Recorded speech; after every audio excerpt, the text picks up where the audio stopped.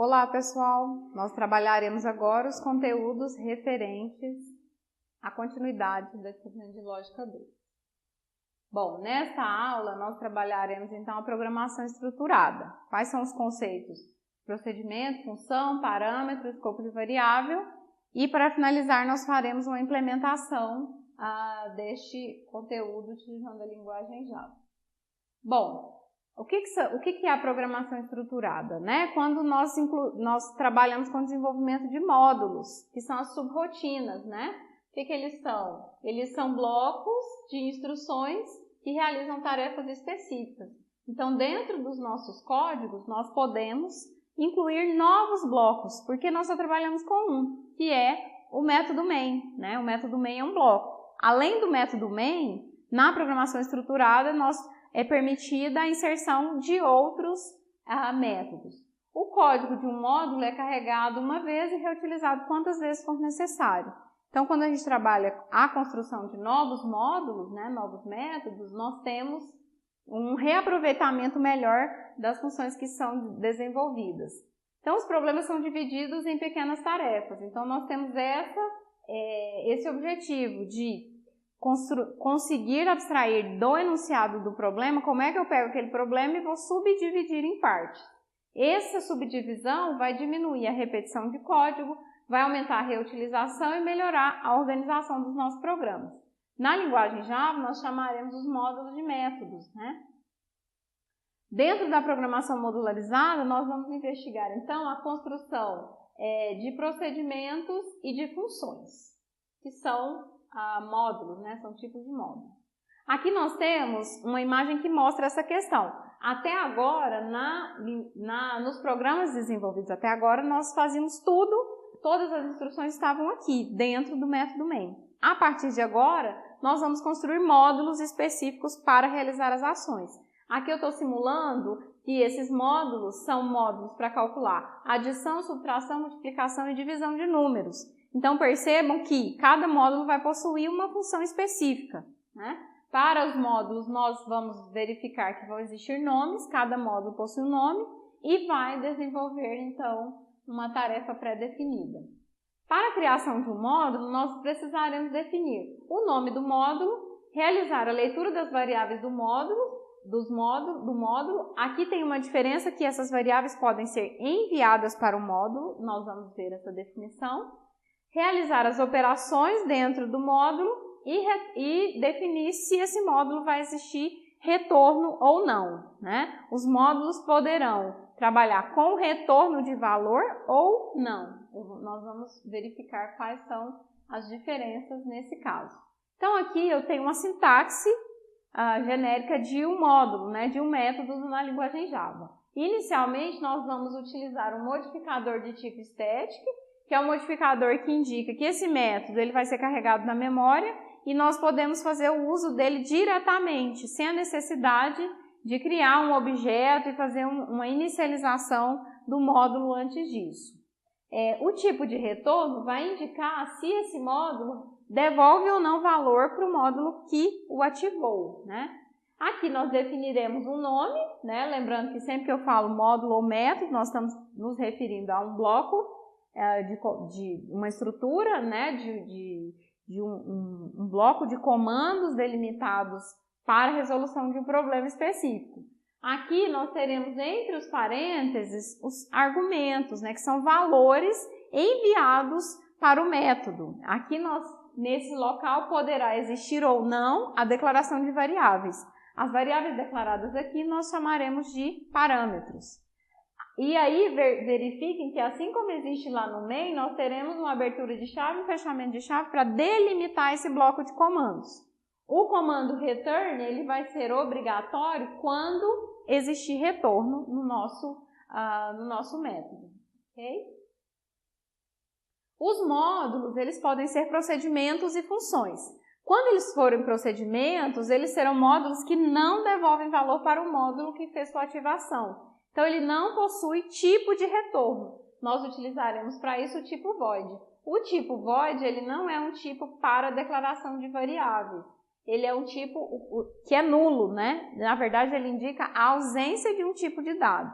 Então, nós utilizaremos ele aqui com esse objetivo. As funções são módulos que devolvem valor para o módulo que fez sua ativação. Nesse caso, a função vai possuir um tipo de retorno, um int, um double, um char, um float. Lembrando que as funções retornam um valor por chamada do método. Então, aqui nós especificamos as diferenças. Então, aqui eu tenho dois exemplos, né, de uma estrutura bem enxuta de uma classe, que eu chamei de exemplos módulos, onde nós temos o primeiro bloco aqui, que é o módulo main, é o método main, né, e nós temos outros dois métodos dentro dessa classe. O método que eu chamei de módulo 1, e nós podemos observar que esse método, o tipo de retorno dele é void, então esse método é um procedimento, enquanto nós temos o método módulo 2. E o método módulo 2, ele é do tipo double, né? Nós podemos verificar aqui na primeira linha do método que ele é do tipo double. Então, significa que, obrigatoriamente, esse método precisará possuir interna à sua estrutura o comando return, para indicar qual é o valor double que esse método vai devolver. Aqui, a título de exemplo, eu coloquei um valor 0. Outra questão que diferencia aqui esse procedimento dessa função é que esse procedimento não possui parâmetros e a função possui. Então, essa função ela vai receber dois valores para serem trabalhados dentro do método. O primeiro valor vai ser armazenado na variável V1 e o segundo valor na variável V2.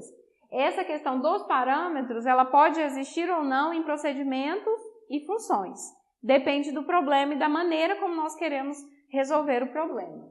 Eu vou explicar melhor sobre essa questão dos parâmetros. Então, os parâmetros, eles são variáveis ou valores que são transferidos do módulo principal, né, geralmente o módulo main ou outro, para outros módulos. Eles vão funcionar como comunicadores entre os módulos, ou seja, eu tenho um valor que foi recebido aqui no módulo main, mas eu preciso utilizar esse valor dentro aqui do módulo 2. Como é que eu faço? Envio esse valor por parâmetro, ok? Podem existir dois tipos de passagem de parâmetro, por valor e por referência. Vamos visualizar aqui como é que são as diferenças desse tipo de passagem de parâmetro. Então, aqui na passagem de parâmetro por valor, o que o compilador realiza? Ele realiza a cópia do valor do módulo de origem para o módulo destino. Então, por exemplo, aqui dentro deste método main, nós temos declaradas as variáveis no 1 e no 2.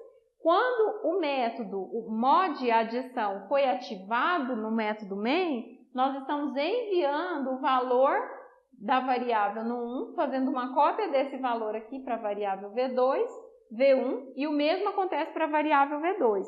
Então, na passagem de parâmetro por valor, nós fazemos uma cópia do que está aqui, do conteúdo dessa variável, para a variável que está sendo declarada lá no parâmetro. O que significa essa cópia? Se dentro aqui do método a variável V2 receber um valor, ela vai sofrer modificação dentro do método.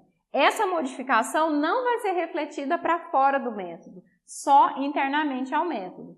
Então, essa é uma característica da passagem de parâmetros por valor, que a gente vai usar de forma muito intensiva. Por quê? Porque nós utilizamos os parâmetros para realizar essa comunicação entre os métodos, né?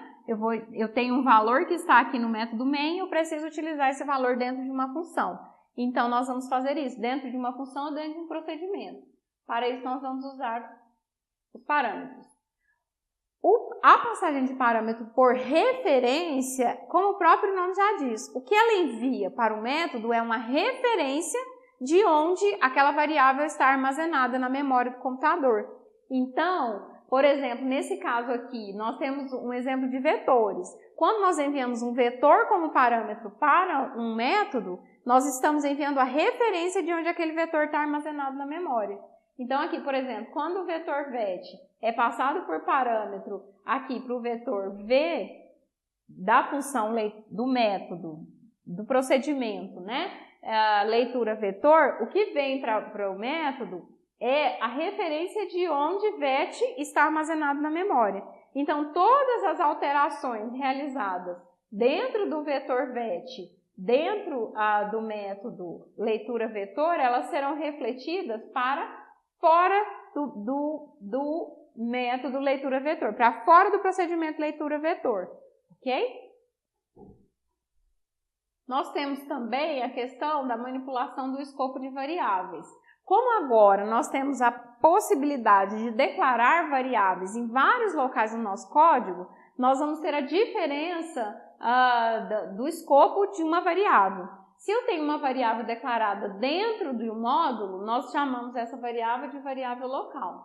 Se eu tenho uma variável criada fora do módulo e no início, né, da minha classe, nós chamamos essa variável de variável global. Então, se uma variável é local a um módulo, ela não pode ser utilizada dentro de outro módulo, somente se nós fizermos a declaração dessa variável fora do módulo. Então, nós vamos implementar agora alguns exemplos para visualizar na prática esses conteúdos teóricos investigados aqui. Então, nós implementaremos procedimentos e funções utilizando a linguagem Java. Agora, entendendo que procedimento é um método que não devolve valor e que função é um método que devolve valor. E tanto função como procedimento podem receber parâmetros, né? Podem trabalhar com a manipulação dos parâmetros. Vamos lá? Então, nós veremos agora os exemplos de procedimento e função em Java. Continuando na mesma lógica da videoaula anterior, nós vamos criar agora dentro da pasta LP2 uma pasta chamada Exemplos, Procedimentos e Funções. Nesta pasta nós salvaremos os programas desenvolvidos nesta videoaula. Bom, então como nosso objetivo é explorar o desenvolvimento de procedimentos e funções, que são métodos, né? Nós vamos primeiro trabalhar com os procedimentos. Então, esse primeiro exemplo, nós vamos fazer um programa que possua métodos para realizar a leitura de dois valores, calcular e mostrar a soma dos números. Então, nesse caso, percebam que o próprio enunciado já indica que é um procedimento, porque ele vai realizar a leitura de dois valores, calcular e mostrar a soma dos números. Então, esse método não vai retornar nenhum valor, então nós vamos desenvolver um procedimento. Como o método vai realizar a leitura de dois valores, a leitura vai acontecer dentro do método e não no main, que é o local onde nós vamos fazer a invocação do método. Bom, então vamos ver como é que isso vai acontecer aqui na prática. Então, eu vou abrir aqui a pasta Exemplos, Procedimentos e Funções. Vamos adicionar um novo arquivo Java. Fazer um import aqui para java.util.scanner. Criar a nossa classe, nós vamos chamar essa classe de exemplo 1.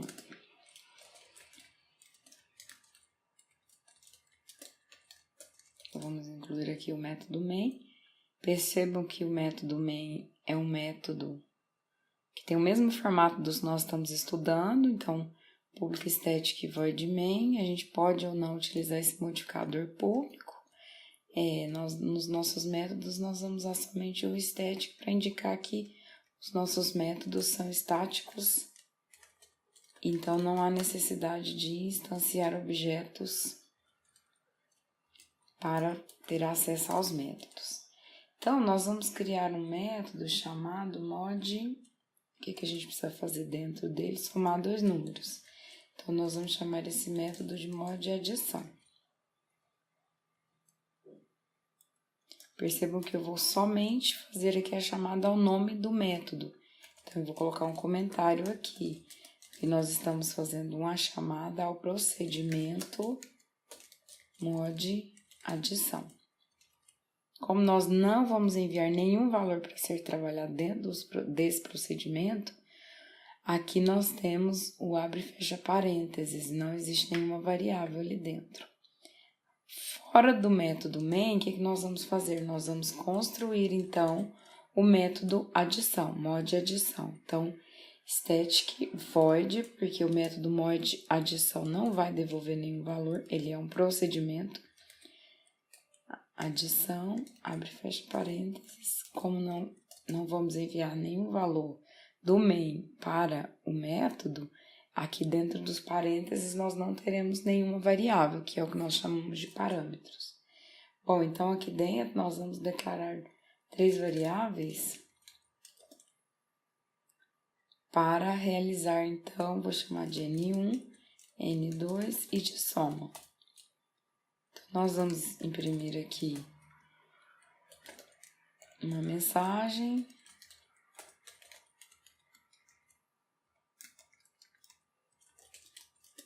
Solicitando ao usuário o que é necessário ser feito. Então, digite 2 números. E nós vamos fazer a leitura desses números. Faltou criar aqui uma variável para nossa entrada. Vamos chamar ela de E. E inicializar essa variável. N1 vai receber .nextFloat. Mesmo vai acontecer para N2. .nextFloat. E aí a variável soma vai receber a soma dos 2 valores inseridos. E nós vamos fazer aqui a impressão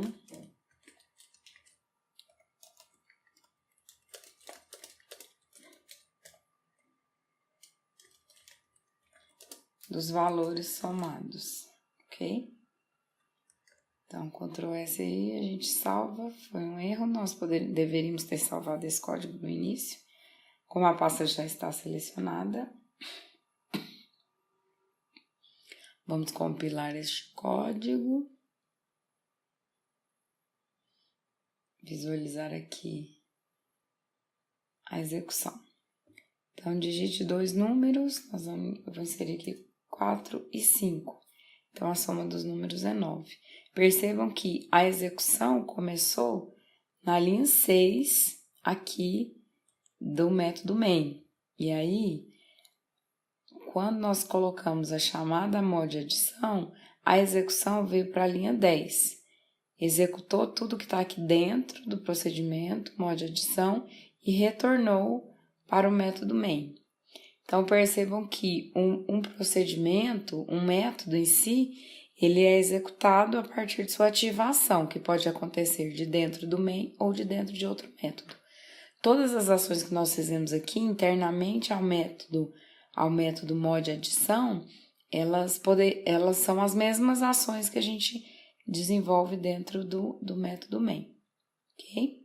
Então, vamos seguir aqui para o segundo método. Nós vamos criar um método para receber 2 valores reais por parâmetro, calcular e mostrar a divisão entre os números.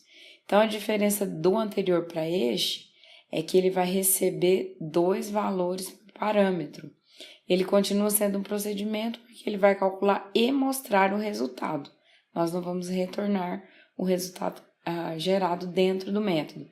Mas nós, então, precisamos agora de receber 2 valores por parâmetro. Sempre que o enunciado indicar parâmetros, então nós vamos necessitar de ter valores dentro do main. Então, no 1 e no 2, vamos criar aqui, então, uma variável scanner, porque nós vamos precisar fazer a entrada de dados dentro do main e enviar os valores lidos para o nosso procedimento. Então, nós vamos incluir aqui uma mensagem solicitando o usuário para que 2 valores sejam informados. Então, digite 2 números. Nós vamos ler esses números nas variáveis, no 1.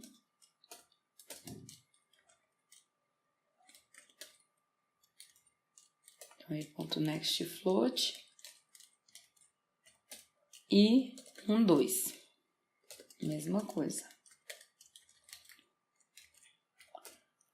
Agora, antes de fazer a ativação do procedimento, nós vamos enviar o conteúdo dessas 2 variáveis para ele. Esse nosso segundo procedimento, como ele vai realizar a divisão, nós vamos chamá-lo de mod divisão. Então, mod div. Esse procedimento, para ele, nós vamos enviar o conteúdo da variável no 1 e o conteúdo da variável no 2. Fora do método main, agora, nós vamos construir, então, esse método. Então, vamos lá. Static void, ele continua sendo um procedimento. nós vamos chamar ele de mod div. Agora, percebam que os parênteses aqui do procedimento mod div, nós precisaremos declarar aqui duas variáveis. Eu vou chamar essas variáveis de A e B. Estas variáveis, a variável A vai receber o valor de num1 quando o procedimento for ativado. E a variável B vai receber o valor de num2 quando o procedimento for ativado.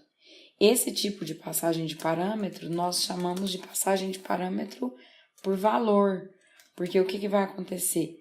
O conteúdo de num1 vai ser copiado para A e o conteúdo de num2 vai ser copiado para B. E essas variáveis não ficam relacionadas, ok? Aqui nós vamos declarar uma variável local para receber a divisão.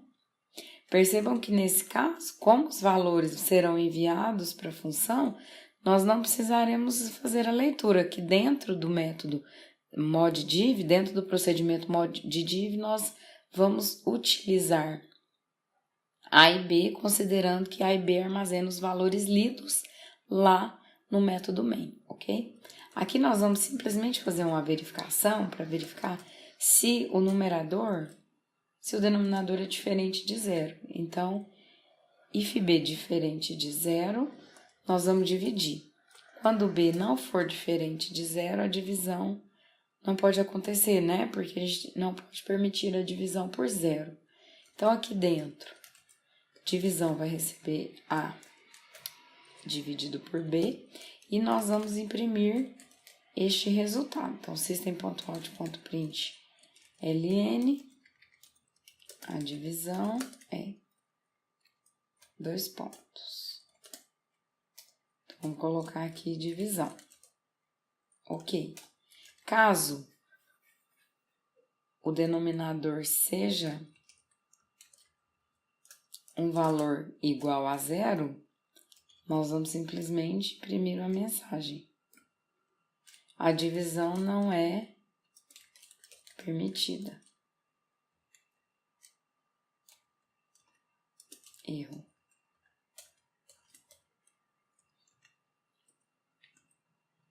Ok. Vamos salvar este código e aí vamos compilar ele novamente. Então, nós solicitamos aqui, digite 2 números, foi solicitado novamente. Esse ainda é a chamada ao primeiro método. A soma dos números é 5. Agora eu vou digitar 2 números, 10 e 2. Então, a divisão é 5. Se nós fizermos aqui um comentário na linha da chamada do primeiro procedimento, do primeiro exemplo, nós vamos entrar direto agora nesta opção. Então, digite 2 números, 5 e 2. Então, a divisão é 2,5. Se nós solicitarmos novamente, digite 2 números, 2 e 0.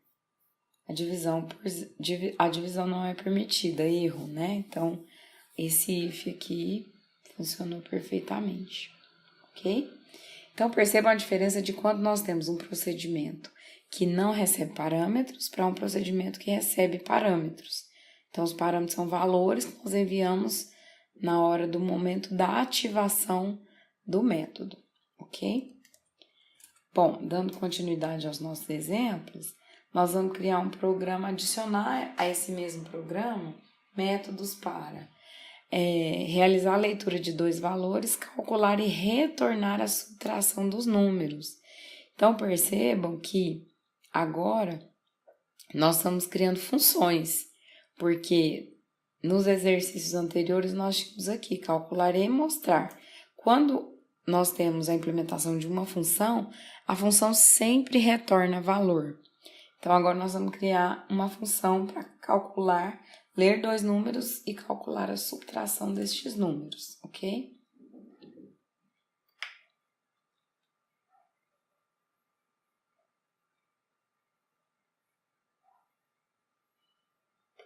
Então, vamos adicionar neste mesmo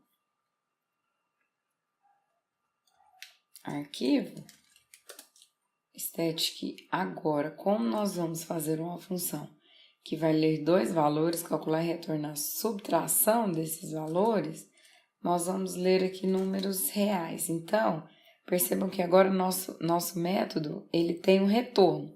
Nós vamos definir que esse retorno é um float. Então, static float mod subtr, abre e fecha parênteses. Por quê? Porque nós vamos realizar a leitura dos valores dentro do método e não usar a passagem de parâmetros. Então, aqui dentro nós teremos duas variáveis. Eu vou chamar de N1, N2 e nós vamos ter a variável sub aqui para receber a subtração. Como nós vamos fazer a entrada de dados, vamos criar aqui uma variável para isto.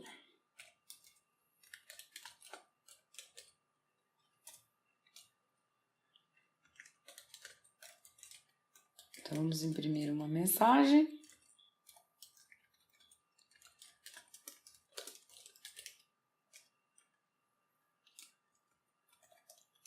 E aí, nós vamos fazer a leitura desses números. Então, N1 recebe e.nextFloat. O mesmo para N2, e.nextFloat. Agora, nós vamos calcular então, a subtração do primeiro pelo segundo, valor lido. Ok. Como este módulo é uma função, aqui nós temos o uso do comando return. Por quê? O return vai ser responsável por devolver o valor que está aqui calculado dentro da variável sub. E percebam que sub é uma variável que é do tipo float. O retorno da função é float. Então, ok, permitido. Como que lá no main nós vamos fazer a ativação do mod subtree, do nosso método? Nós podemos fazer essa ativação desse método criando uma variável, criar uma variável aqui, resultado, e indicar que essa variável recebe a chamada subtr do nosso método, porque toda vez que o método subtr for chamado, ele vai retornar um valor. Então, perceba que nós incluímos resultado recebe mod subtr. E aí, posterior a isso, nós vamos imprimir a variável resultado.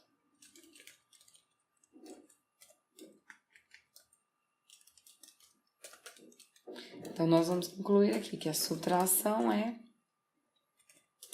2 pontos e imprimir o resultado, que é a variável que recebeu o retorno da função, ok? Bom, para a gente olhar, focar ali só nas nossas... Eu vou incluir aqui um comentário nas linhas que fazem chamadas às outras funções. Então, vamos compilar este código. Tá ok, vamos executar.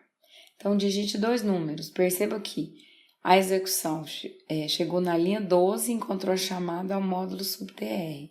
Então, foi lá para a linha 15, tá parado aqui, ó, na leitura de N1 e N2. Então, eu vou digitar 10 e 2.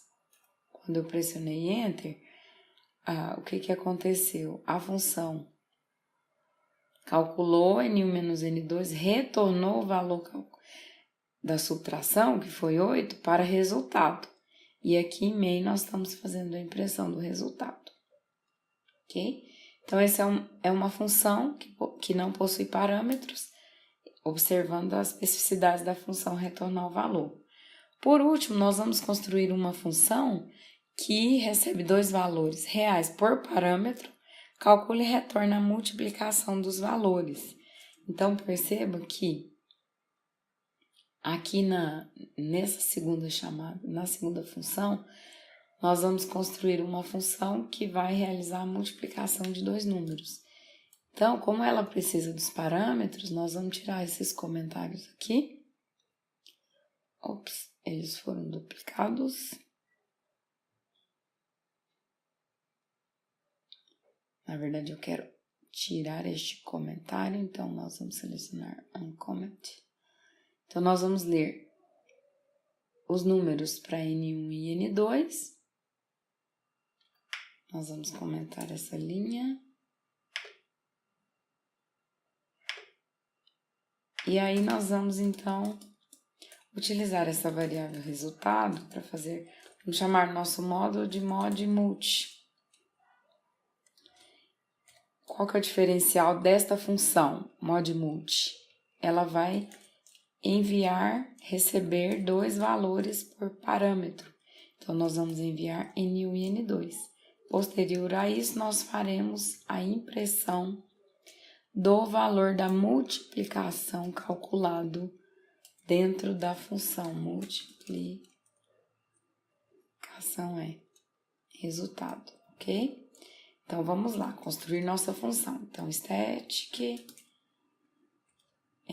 float, mod_multi. Como mod_multi vai receber dois valores, nós vamos ter aqui duas variáveis do mesmo tipo. Eu vou usar novamente as variáveis A e B. Aqui dentro nós teremos uma terceira variável, vou chamar ela de M. E nesta variável nós vamos diretamente guardar a multiplicação de A por B. E depois disso nós vamos retornar o valor calculado, de forma bem simples. Então, a variável M vai receber o resultado da multiplicação. Essa variável nós vamos retornar, ela é float, e o valor vai ser atribuído, o valor do retorno da função mod_multi vai ser atribuído à variável resultado. Então, vamos ver como é que isso daqui vai se comportar. Então, digite dois números, nós vamos digitar, vou digitar aqui 4 e 5. Perceba que o resultado mostrado, a multiplicação é 20, ou seja, os valores de 4 e 5 foram enviados para a função mod_multi em A e B. Nós trabalhamos aqui dentro de mod_multi com A e B e retornamos M para a variável resultado. Então, percebam que quando nós construímos um módulo, um método, né, seja ele um procedimento ou uma função, acontece uma mudança de execução que era sequencial dentro do main, agora para um salto acontece lá para o bloco, para o módulo que nós construímos, né? E isso acontece porque a ativação é realizada de acordo com o nome do método, ok? Bom, para finalizar o nosso exemplo, o nosso último exemplo, ele solicita para a gente fazer um programa com procedimentos para realizar a leitura e impressão dos elementos de um vetor, que armazena 10 valores inteiros. Então, neste caso, nós vamos construir dois métodos cujos protótipos já estão aqui. Static void leitura, e aí nos parâmetros o que a gente tem é um vetor, e depois static void impressão, e nos parâmetros o que nós temos também é um vetor. Então, percebam que nós vamos realizar dentro de dois procedimentos as ações de leitura e impressão do vetor, assim como outras, né, nós poderíamos realizar. Então, nós vamos vou salvar esse código primeiro. Esse vai ser o nosso exemplo 2, porque nós agrupamos no outro arquivo todos os 4 exemplos. Então, nós vamos importar aqui java.util.scan, criar a nossa class, public class, vou chamar de exemplo 2, e dentro o nosso método principal, né, public static void main. Percebam que esse void main está indicando aí para a gente, então, que o método main não devolve valor. Esse método main já é um padrão da linguagem Java, por isso nós não modificamos ele. Dentro aqui de main, nós vamos criar, então, um vetor. Antes disso, dentro da classe, eu vou criar uma constante, como nós vimos nos exemplos, na videoaula da atividade online 01, nós vamos construir aqui uma constante, que eu vou chamar de tam, e o conteúdo dela é 5. Percebam que aqui nós adicionamos o static também para a constante. considerando que nós vamos para que ela possa ser usada dentro de vários métodos dentro da classe exemplo 2, ok? Aqui nós vamos criar então o vetor, vou chamar esse vetor de V, e logo após nós vamos fazer a inicialização do vetor com a constante tan. Ok. Nós teremos nesse main, como nós vamos fazer a leitura e a impressão de vetor dentro de 2 procedimentos, aqui no main nós vamos simplesmente fazer a ativação desses métodos. Percebam que o vetor, nós trabalhamos com a passagem de parâmetros, que é a passagem de parâmetro por referência, como nós falamos um pouco na videoaula. O que a gente envia para a função leitura, nesse caso para o procedimento leitura?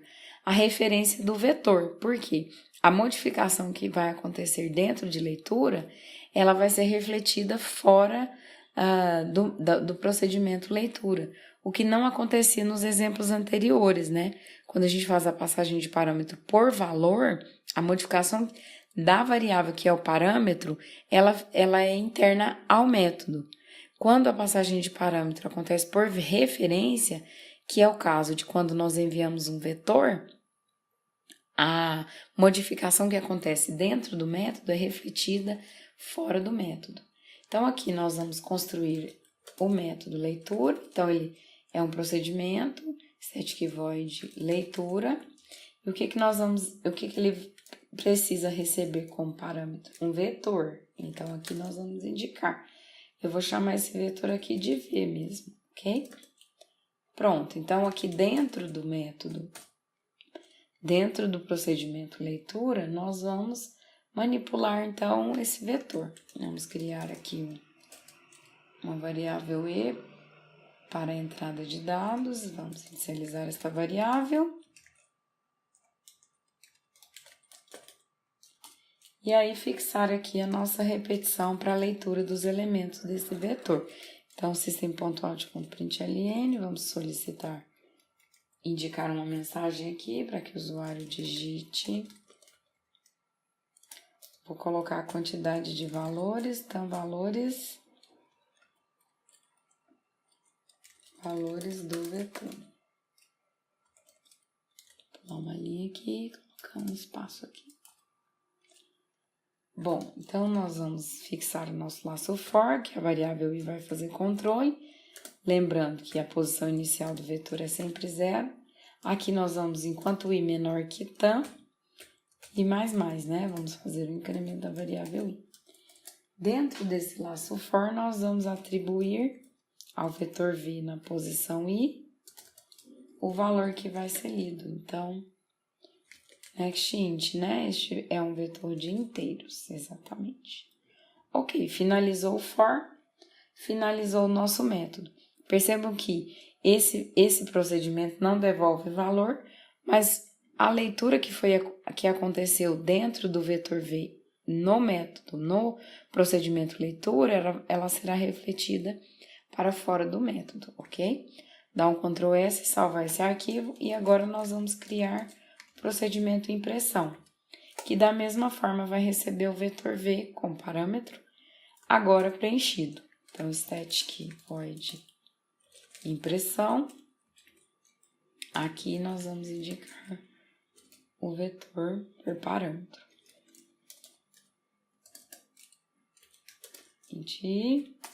Aqui nós queremos fazer a impressão dos elementos desse vetor. Então, system.out.println.